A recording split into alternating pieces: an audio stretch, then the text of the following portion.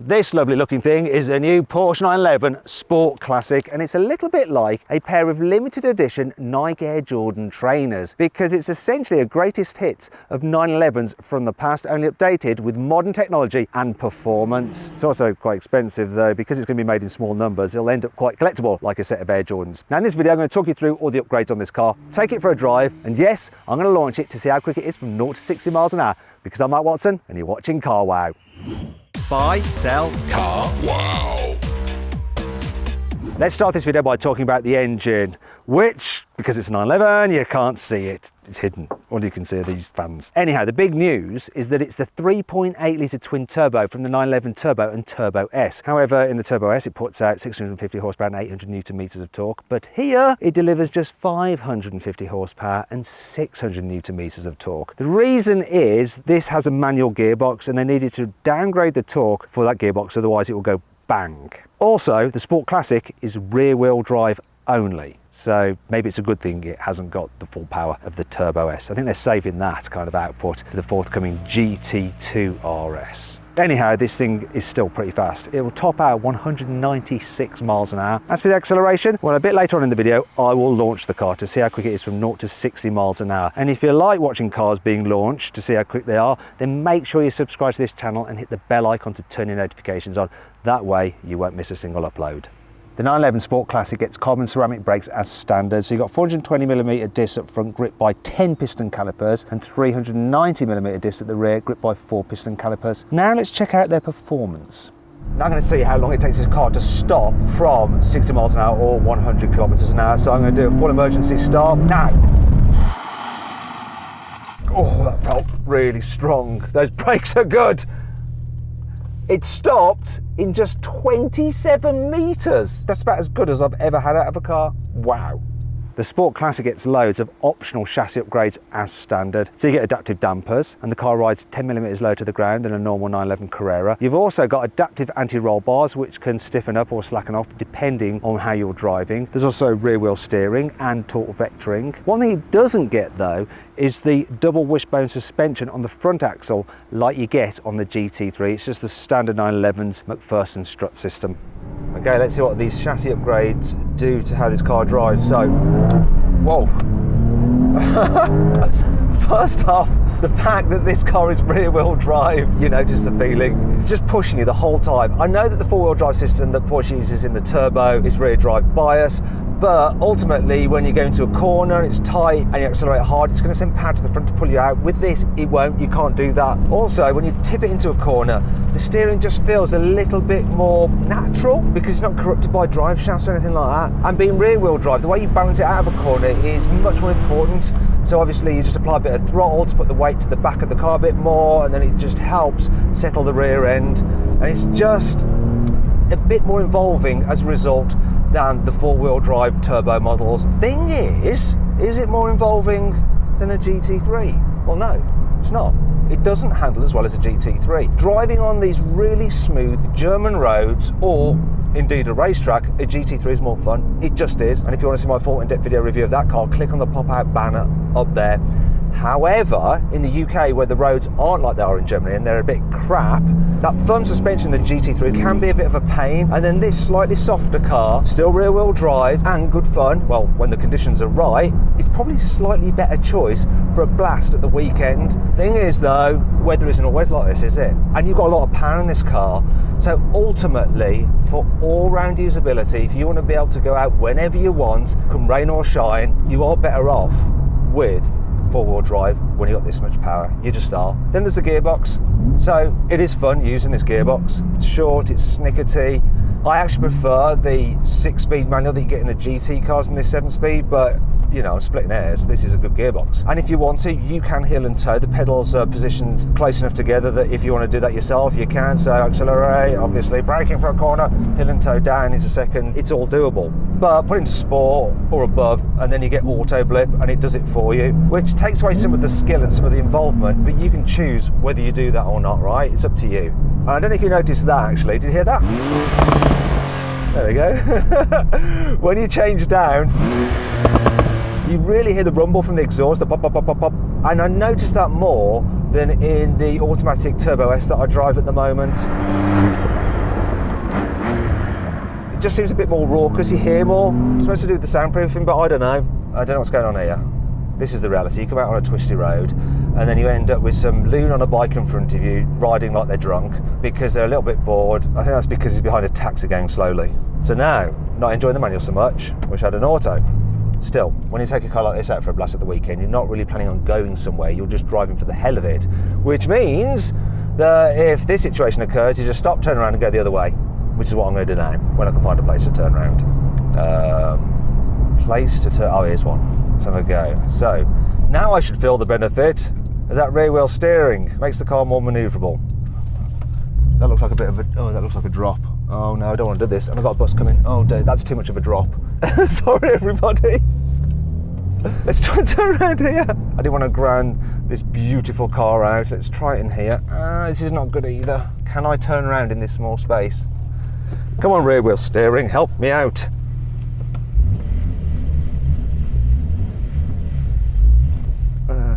Okay, we got it. I think we can do this. And now we have the freedom of an open road. So let's go again. Oh!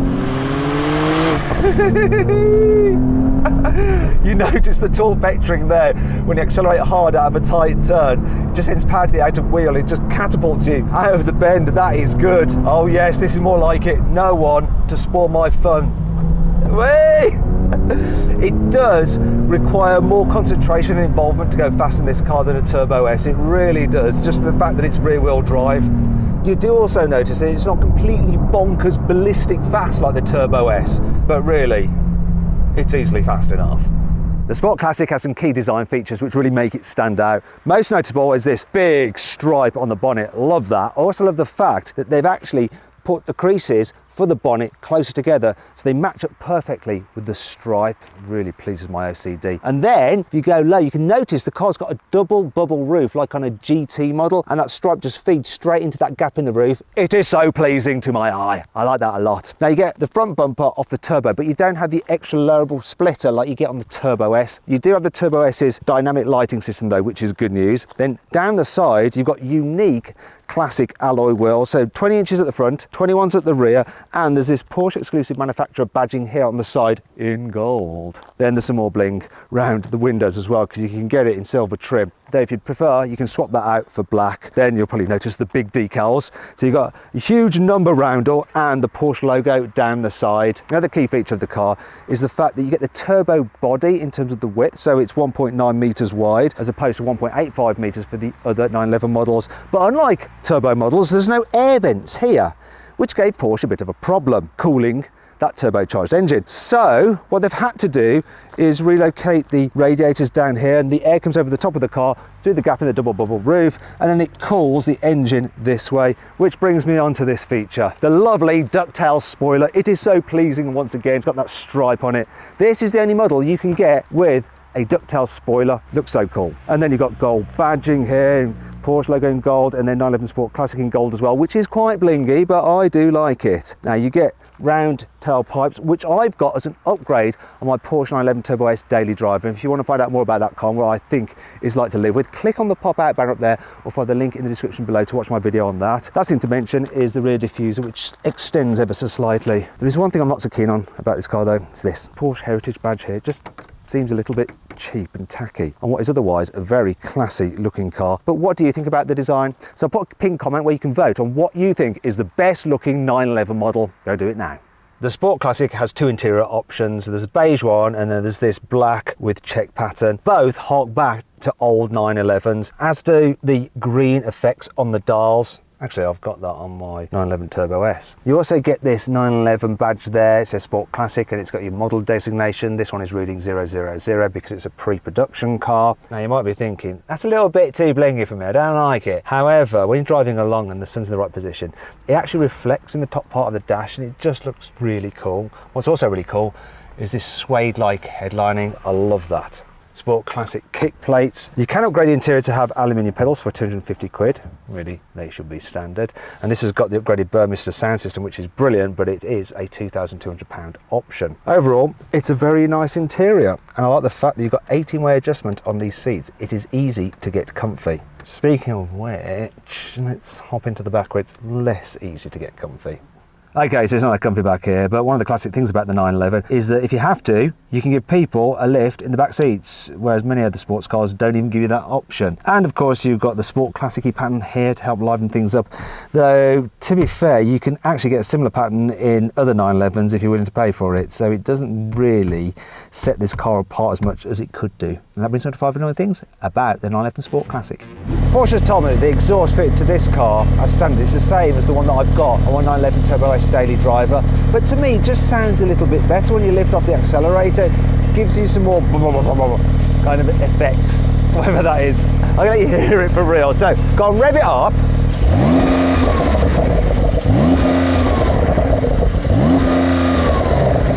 You see, I'm sure my Turbo S doesn't do that.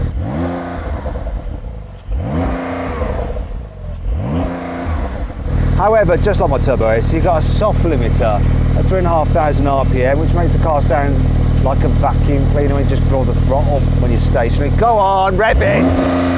Yeah, see? I'm cleaning my car a bit now.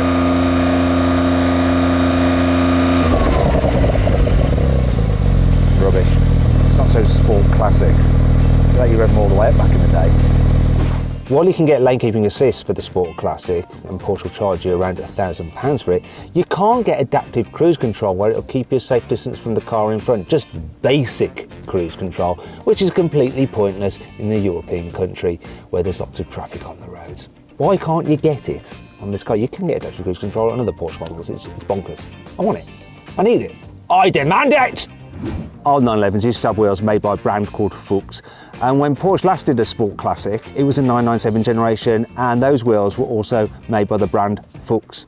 Now with this latest version, they have designed the alloy wheels to look like Fuchs alloy wheels, but they're not actually made by the brand Fuchs, and that really fucks me off.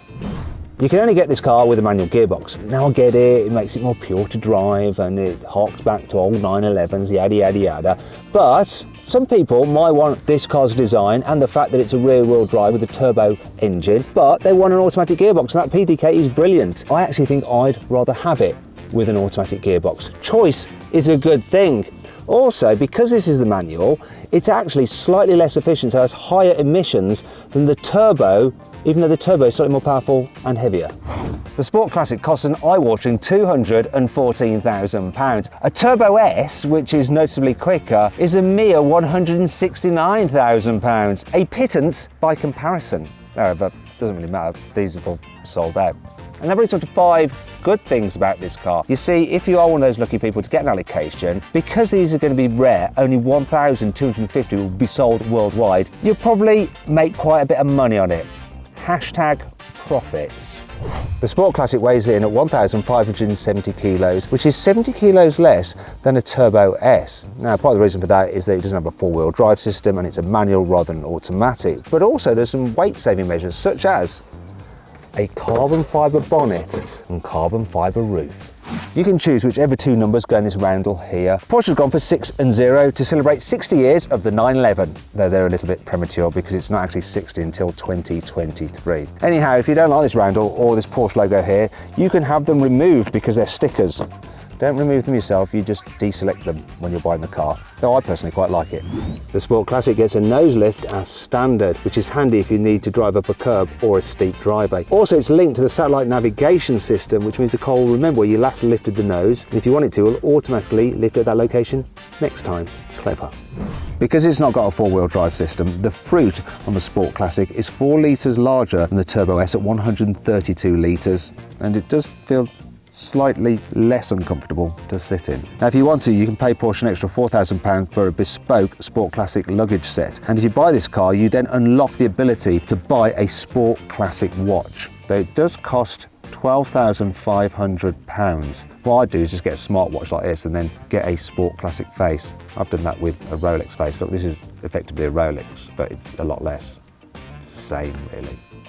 Most of the people that buy this Sport Classic will use it for a blast at the weekends, or they'll probably put it in storage and wait for it to accumulate in value. However, sometimes they might need to go into town. That's where there are a few downsides to its sporty nature. I'm in the middle of Stuttgart, I'm on a slight incline at the lights and I've got to do a hill start. Obviously I have hill hold control, but now I'm pulling away, slightly heavy clutch. I didn't stall it, which is good, but when you're driving around in traffic, having a manual gearbox is definitely less good than having an automatic. We're gonna have to stop again. See? Oh, my left foot is doing far too much work. Yes. They're not beeping at me. Oh good, we're going again. Left foot. After a while, you do notice that this clutch is quite heavy. My driving's a bit jerky. Can't fault the brakes though. Sometimes carbon ceramic brakes can be grabby when you're going at lower speeds. These are smooth. Turbo S is better in town. Definitely. What I can't complain about though is the suspension. When you've got it in soft setting, it does a really good job of dealing with bumps. So it's actually quite comfy. Another thing that's good is the rear wheel steering. It just makes the car a little bit more manoeuvrable than a 911 would be without it. Then there's the steering. So this has the upgraded Power Steering Plus, which just makes it a bit lighter when you're at town speeds. It is a €200 option, but it's probably worth it if you're going to be driving in town, which this car isn't really the best 911 for. Does that make any sense? What's the Sport Classic like when you're driving on the motorway? Well, once again, that manual gearbox is a little bit of a pain. So you've got 7 gears, right? Until you get used to it, you find yourself just in the wrong gear. Like, where is it? Where's 7? I can't even find 7. Where is 7th? Have I lost 7th? 6th? 7th. There it is. I have done this before, people, honest. So, you know, finally, you're cruising in 7th for economy. And then you need to overtake. You absolutely positively have to change down a gear, even though you've got bags of torque from this engine. So here I am. I need to accelerate. I'm flooring it. Yeah, you've got to go and change down if you want to accelerate. If you've got an automatic, it does it all for you, which makes cruising and instantly overtaking a lot easier. There is an advantage though to the manual gearbox. So one of the problems I have with my Turbo S is the fact that I like to run it in sports mode for the engine. That means that you've got the sharp throttle response. However, you can't actually separate the response of the engine from the gearbox also being in sporty mode, which means it's always holding you in too low a gear, which isn't so relaxing. You don't have that problem here because with the manual, you're choosing the gear, then the sport mode just controls the throttle response, which is good. One thing that's not quite so good though is the noise. So 911s are always noisy. You get a little bit confused because you think they're luxury cars based on their interior quality. However, they're just not as relaxing as something like a Audi RS6. And if you want to see my full in-depth video review of that car, one that I actually ran for a while, click on the pop-out banner up there. And this Sport Classic is a little bit noisier than a standard 911 because it's got less soundproofing and you get such a noise from those big rear tyres just echoing around the cabin. Anyway, let me have another go getting to 7th, see if I can do it easier. No, 6th, 7th. Okay, I think I figured that out. You can't go from 5th straight into 7th. I mean, you probably shouldn't do that anyway, but sometimes I like to skip a gear because I'm lazy. So you have to go 6th, 7th. It's not the car's fault, it was my fault. Porsche has a Sport Classic will do 0 to 60 in 4.1 seconds. But what will it really do in my hands, being a manual? Let's do it. What we got? 4.53. All right, let's have another go. See if I can go quicker this time.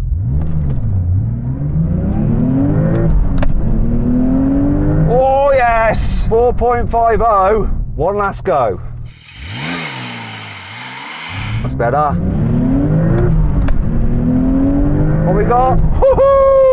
4.46. It's not quite 4.1 though. Manuals are just a bit hard to launch. They probably had a racing driver doing it when they got the 4.1. I'm semi-pro.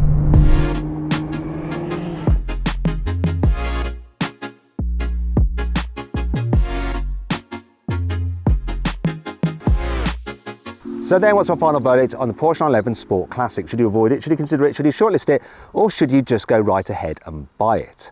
Well, it's a Porsche 911, so it's brilliant. However, if you take that out of the equation and you compare it to other 911s, and if you forget all about the investing and how much this could be worth in future, and you look at it at the price it is and what you get for your money and the other cars in the range, I would say avoid the 911 Sport Classic. Reason being, if you want outright performance and everyday usability and you've got a lot of cash, get a Porsche 911 Turbo S. It's actually cheaper than this. Also, if you want a real pure driving 911 and you're going to go on track occasionally, get a 911 GT3 manual or automatic, you decide. Also, it's cheaper than this. If you want a rear-wheel drive turbocharged 911 that's great on the road, get yourself a 911 GTS and spec it up with a lot of the options that you could actually fit from this car to that car. However, if you want the best value for money and a car that's fast enough for the road and really good fun, just get a normal entry-level Carrera, manual or automatic. You decide, you'll save a bunch of cash. Anyway, I hope you all enjoyed that bit of useful Porsche 911 buying advice and that you enjoyed this video as well. If you did, give it a like. Let me know what you think of my verdict in the comments below. Click on those windows there for some more videos, and on that box there to go to CarWow to sell your car. All you have to do is upload some photos and our dealers will bid on your car and you'll know how much it's really worth. Thanks for watching.